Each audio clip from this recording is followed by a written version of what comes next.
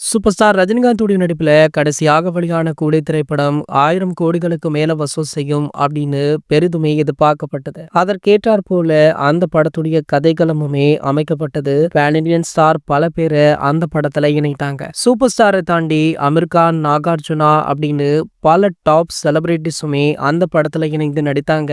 இருந்தாலுமே கதையில ஒரு சில சொதப்பல்கள் இருந்தது. அது மட்டுமல்லாமல் இறுதி 5 நிமிடங்கள்ல நம்ம அமீர் கானுடைய கெமியோ திரையரங்குகள்ல அனல் பறக்கும் அப்படின்னு எதிர்பார்க்கப்பட்டது. ஆனால் பெரிய அளவுல அமீர் கான் அவர்கள் அந்த காட்சிகள்ல ட்ரோல் செய்யவும் மேற்பட்டாரு. ஆகையால கூலி திரைப்படம் வெறும் 600 கோடி வரைக்கும் தான் வசூல் பண்ணுச்சு. ஆனா படத்துடைய பட்ஜெட் வெறும் 300 கோடி தான். எப்படி பார்த்தாலுமே பாதிக்கு பாதி லாபம் அப்படின்றதுனால இந்த திரைப்படம் ஒரு வெற்றி திரைப்படமாக கருதப்பட்டது. இதனடுத்து சூப்பர் ஸ்டாருடைய நடிப்புமே அந்த படத்துல வெகுவாக பாராட்டப்பட்டது. பல வருடங்கள் கழித்து சூப்பர் ஸ்டாரை, அதாவது விண்டேஜ் சூப்பர் ஸ்டாரை இந்த திரைப்படத்துல பார்த்ததற்கு ரசிகர்கள் லோக்கி அவர்களுக்கு நன்றியுமே தெரிவிச்சாங்க. இதனடுத்து பாத்தீங்கன்னா சூப்பர் ஸ்டாருடைய அடுத்த படைப்பாக ஜெயிலர் 2 திரைப்படம் உருவாகிட்டு இருந்தது. இந்த படத்துடைய ஒட்டுமொத்த படப்பிடிப்பு இன்றுதான் நிறைவடைந்திருக்கான். ஆகையால தற்போது சூப்பர் ஸ்டார் ரஜினிகாந்த் அவர்கள் அத்தனை படப்பிடிப்பையுமே முடித்த கையோடு அவருடைய நண்பனான கேப்டன் விஜயகாந்த் அவர்களுடைய சமாதிக்கு சென்றிருக்காரா. சென்றது மட்டுமல்லாமல் அங்கு